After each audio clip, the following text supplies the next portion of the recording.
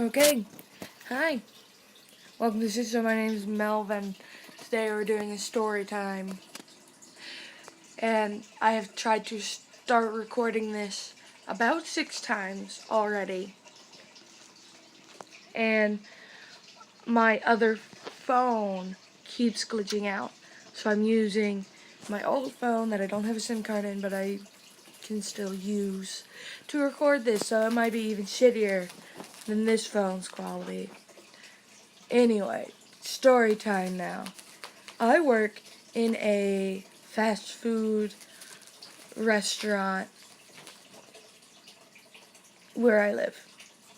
And I usually work what's known as frontline, which is the cashier, people who are in the front of the store who take care of customers, do drive-through, all that jazz. I feel like there's something on my nose. And I do not usually cook, but I do sometimes. And on this particular day, I was with a dear fellow employee who never did their job much.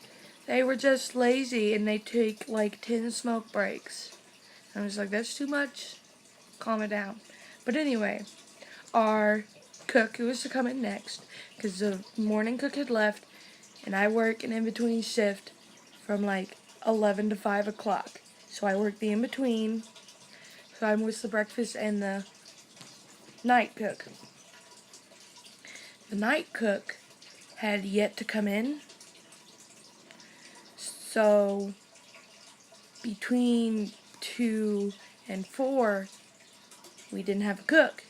So I decided to go back there and be nice and cook, because that is one of the harder jobs at the restaurant, is to cook, because you have to remember what goes on there and you have to get it all right. You don't want to get too much. You have to deal with remaking stuff if people go wrong. You have to remember to put stuff on and do everything.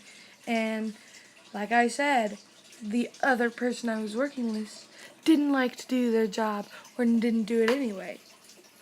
So I decided that I would go back there and cook, and he could do frontline. And there was a small rush, which was about 3 people on drive-through and maybe 4 people on frontline. And I can handle that on frontline just fine. No problem there.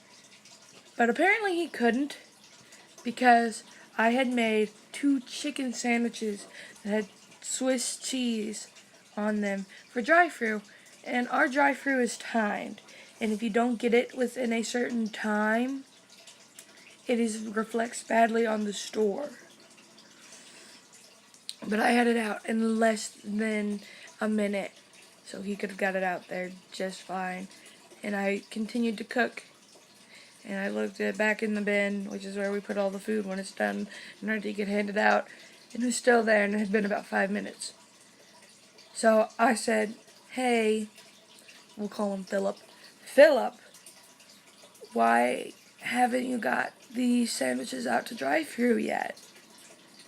Because you want to do drive-through before you do anything else, so you keep the drive time up.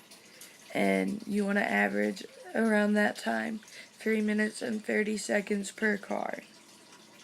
Just for reference. But he got mad that I asked that for whatever reason, and consisted to very angrily shout at me. It's because I'm the only one doing anything around here. That made me so pissed off that if I wasn't in a good mood, if I would have been upset or angry about whatever that had happened previously in the day, I would have just walked out and left him there. Left him doing that by himself. Let him cook and do everything. And I'm like, I didn't say anything because I didn't want to get it any worse. Want to make the customers have a bad time, because you shouldn't do that sort of thing when customers are there. and I didn't ask him while he was on Frontline. He had come back to drop fries or whatever. So I asked him that. And he said that. I was like, you better calm the fuck down, and I'm gonna beat you over the head with some of this metal tongs or whatever I had in my hand. And after that, a little rush came over, and the manager had come back up because she was doing something in the back. In the back. He's like, I need to go check before I blow a fuse. And that's when I sort of just blew up and told the manager, I'm like, he was an asshole. He said he was the only one doing anything. And if I was in a bad mood, I would have left. But I did not.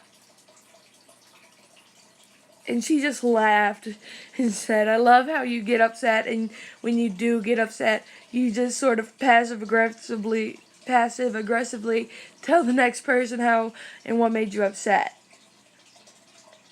But I was just like, if he does it again, ever, I'll leave. I'll just leave. I won't even say anything to him. I'll just go and shut up my car until the crush is over, and he can deal with it deal with it by himself.